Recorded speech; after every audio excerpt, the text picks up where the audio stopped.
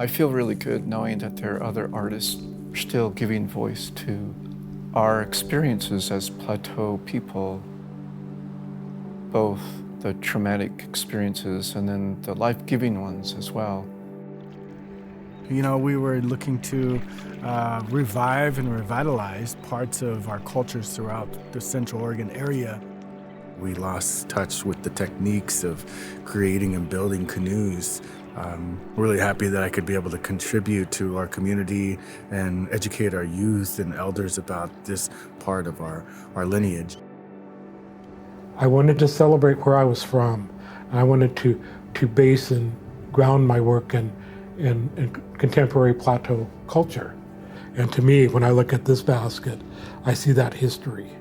And other people probably just see a striped basket. But this is about our people and being there for 20,000 years.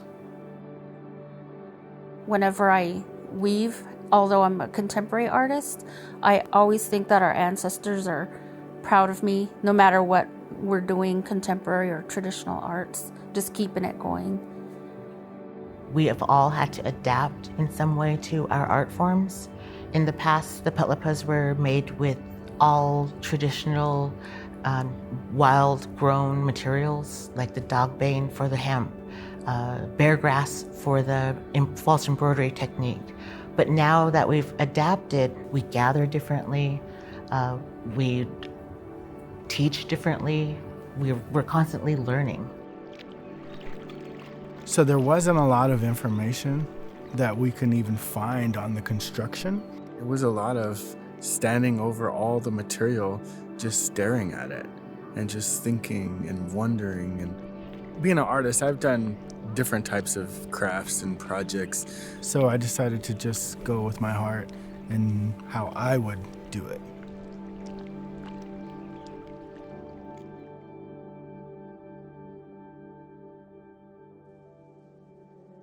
I didn't want to copy things that I didn't know anything about. You know, like you look in history books or whatever, and you go, oh, I love that basket, I'll make one like that. I didn't want to do that. I wanted to have my own story.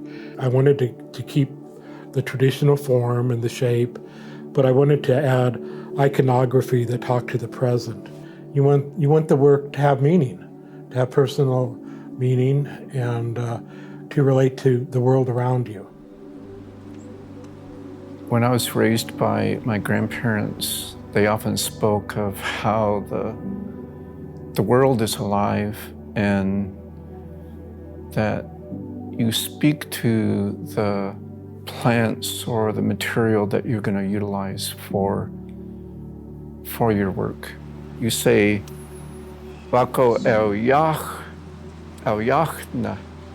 im sai kisnich kustita ka touch hakipa wat wapayat sama ina kaano kunku imana.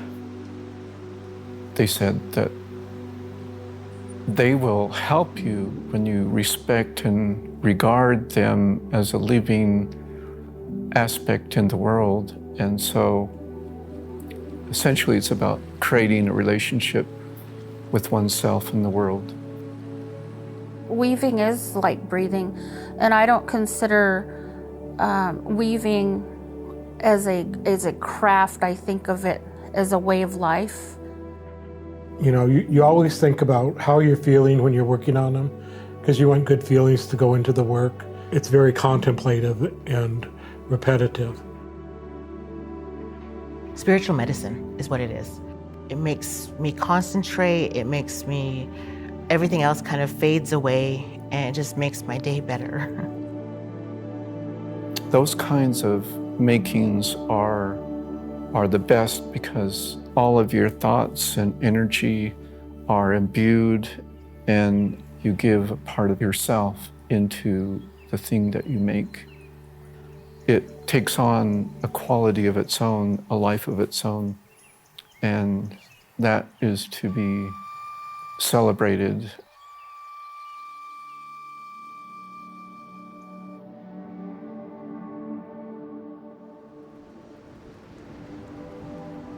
Well, a lot of times it's really hard because, they're put behind glass a lot of times and they're never out. And that's what I really liked about this project is that it's actually going to be out there and useful. So it'll wear, it'll get dirty, and it'll have marks of age that define history, its own history. I definitely don't mind people having hands-on, feeling the artwork, seeing what it's about, the construction of it, knowing the background of it. That's all teaching and helping people understand corn husk weaving a little bit better. And when they do that, they become more appreciative of the art. By doing projects like this, we're able to inspire folks to look more into materials, look more into the resources that really helped our people thrive for thousands of years. And so I hope that youth will go ahead and find a sense of identity and a sense of place by seeing this canoe. Handmade objects from our tribe, I think, are important because it shows that we are still here, and everything that we make and save and cherish will be part of our history. What has happened is the emergence of the voice that's being given to our life, being given to our memory, being given to our culture, or being given to our identity as a person. And hopefully that is what will be heard.